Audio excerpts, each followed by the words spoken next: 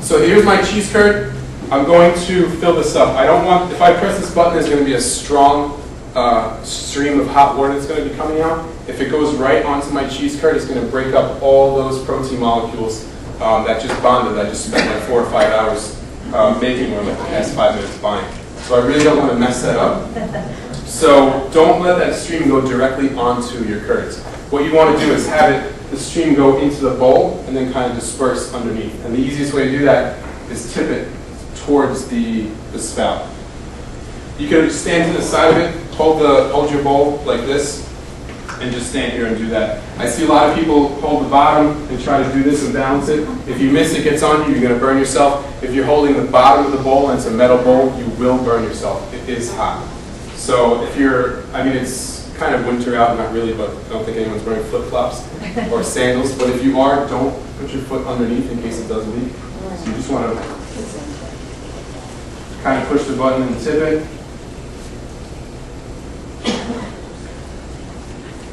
And get some water. I'm going to come around to show you how much water you need. Not that much, just enough to cover the curds.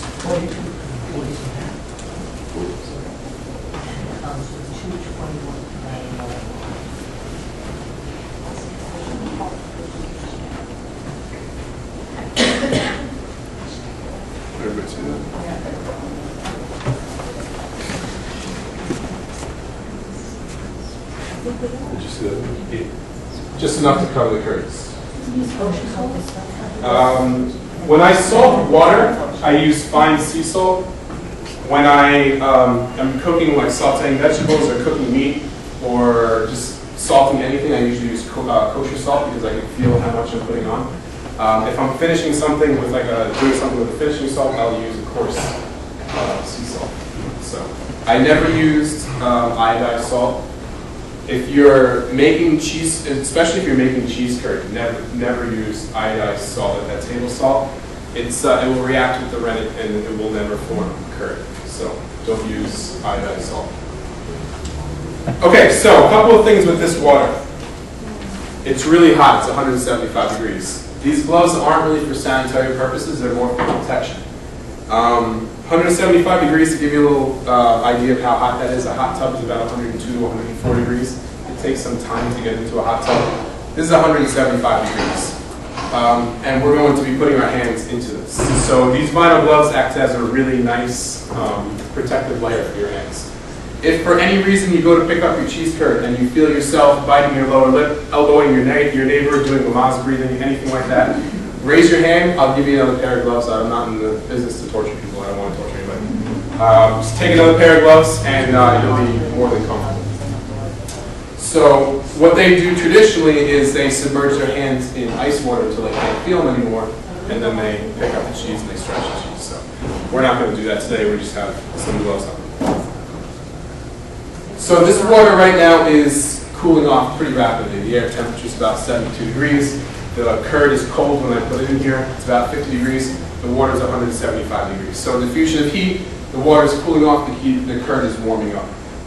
So if you're at home, you have something like called a stove that you can just put the flame up or turn the burner back on, and you can heat that luxury here. So what I did is I kind of adapted this to a large class, and but we still need to regulate the water temperature.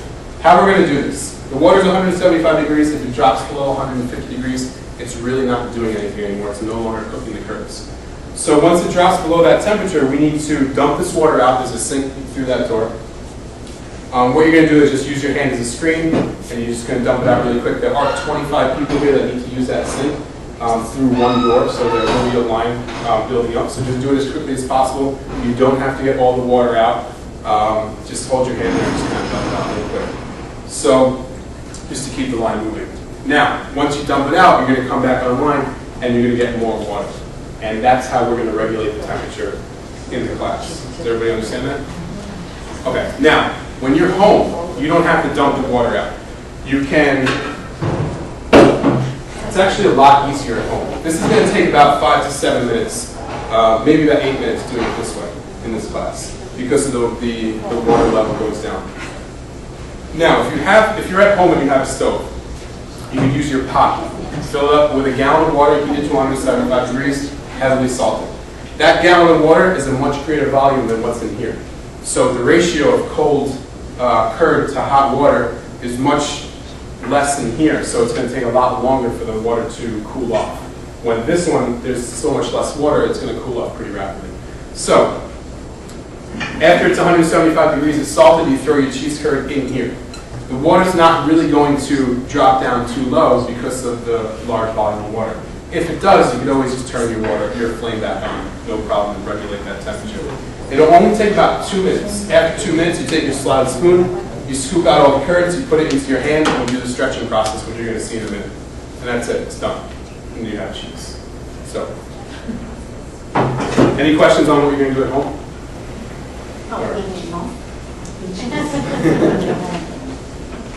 All right, so this water is cooling off right now. So I'm going to go dump it out.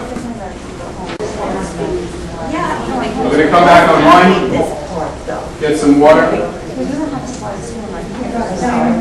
Yeah,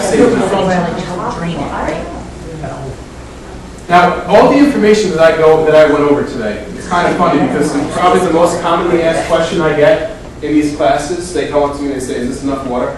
And that really doesn't mean anything. There's no science on how much water you need. There is plenty of water here at this one and that one there. So if you're going to err on the side of water, err higher than lower, because if you err lower, it's going to cool off too quick. So there's no real science. You don't really have to ask, is this enough water? Just make sure your curds are covered and you'll be fine.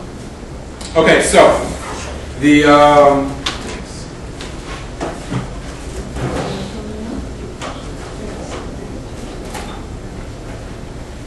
so I have my curds the second time.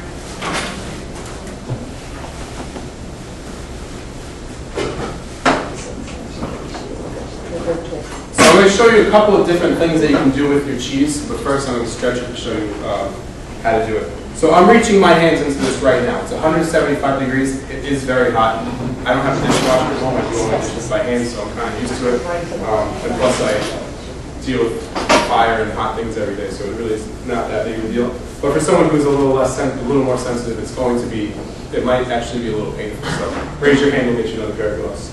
So you just grab it. It has to be really quick. Grab it and just kind of put it in your hand. You have to grab all those curds because there's going to be pieces that want to stay in there, and you have to get everything.